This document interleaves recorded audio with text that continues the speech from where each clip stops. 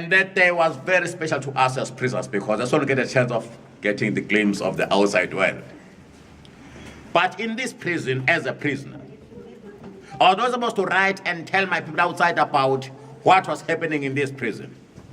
Likewise, our parents, relatives, and friends were not supposed to write and tell me in prison about political developments outside.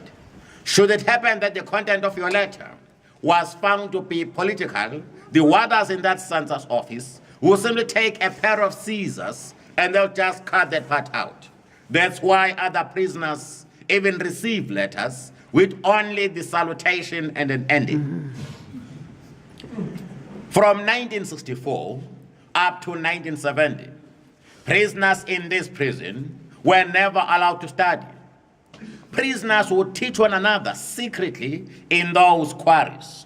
But if they were caught by the warders, they were then taken straight to C section, that punishment section for punishment. In that section, another form of punishment that was meted out there, it was the 3 meal day. That's where you will be deprived of your breakfast, your lunch, and your supper. Prisoners in that section were only given water to sustain them because there was no food that was provided in that section. But in 1971, prisoners in this place, through their struggles, managed to secure the privilege of getting education in this prison. Prisoners in this place were studying with institutions like UNISA, that is, University of South Africa, and Damelin. Prisoners were studying mainly by correspondence. The International Defense and Aid Fund, IDAF, that international organization, was responsible for funding our studies in this prison. To study here in this place, you had to first make an application to the study office. If your application was approved by the warders down there, then you're allowed to study.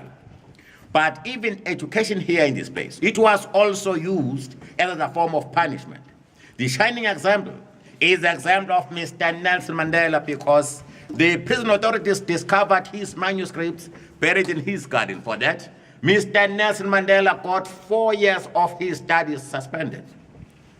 Remember, this is the hospital section for those prisoners with chronic diseases. Opposite this section is B section. That's where Mr. Nelson Mandela spent 18 years of his prison sentence. Let's get inside, please.